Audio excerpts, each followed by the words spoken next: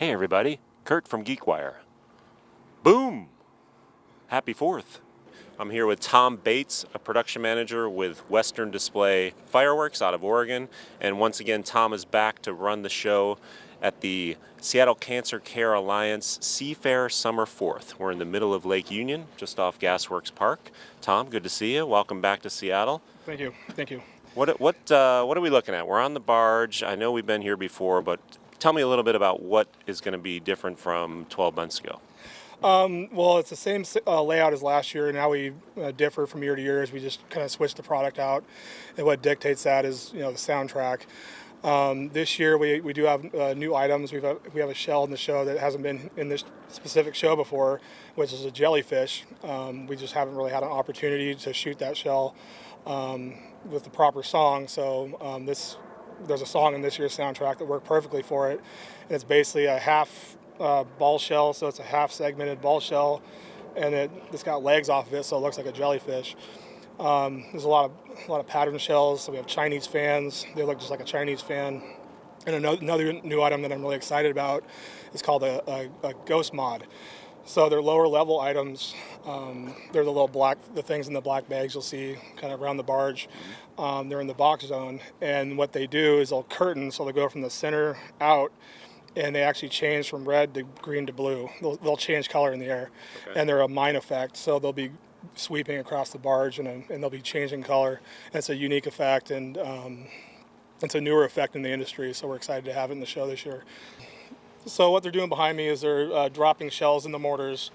They're seating them. They're tapping them with a stick to make sure on the bottom of the mortar they're installing an E-match and then connecting them into our firing system, which is a Galaxis.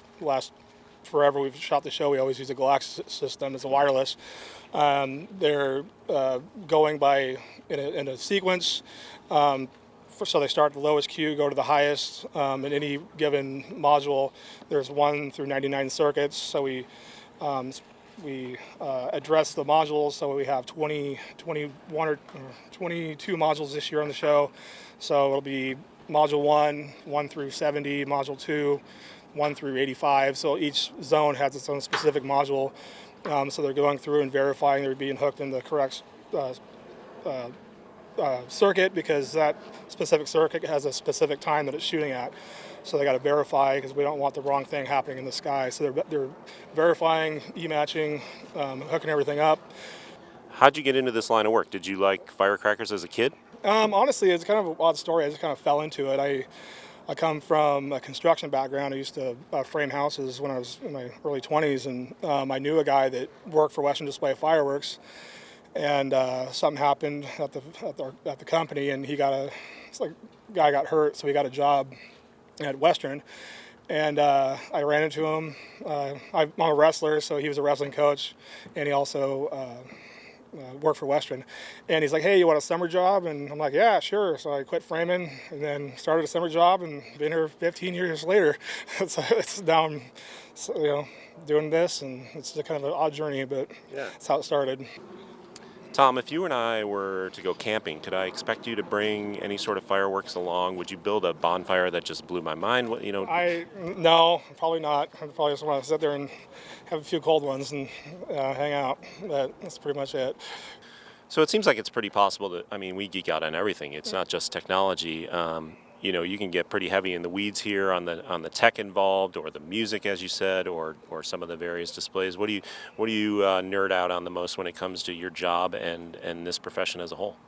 Yeah, honestly, it's just the involvement or the evolution of the industry. They come out with new items every year. Heather and I, we travel to fireworks competitions, and there's several in Canada. There's one in Vancouver, there's one in Calgary, and there's one in Montreal.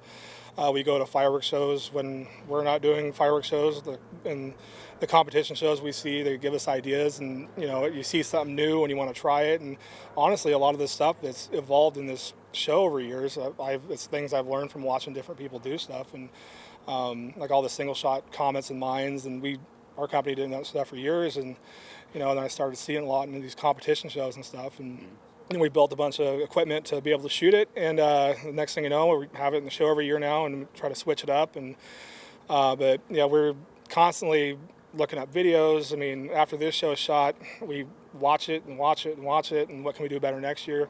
So it's something it's certainly a passion that we spend a lot of time on. In a definite geek level. Well, geek out tomorrow night. Have fun. Have a safe show, and thanks for being here again, Awesome. Tom. Thank you so much.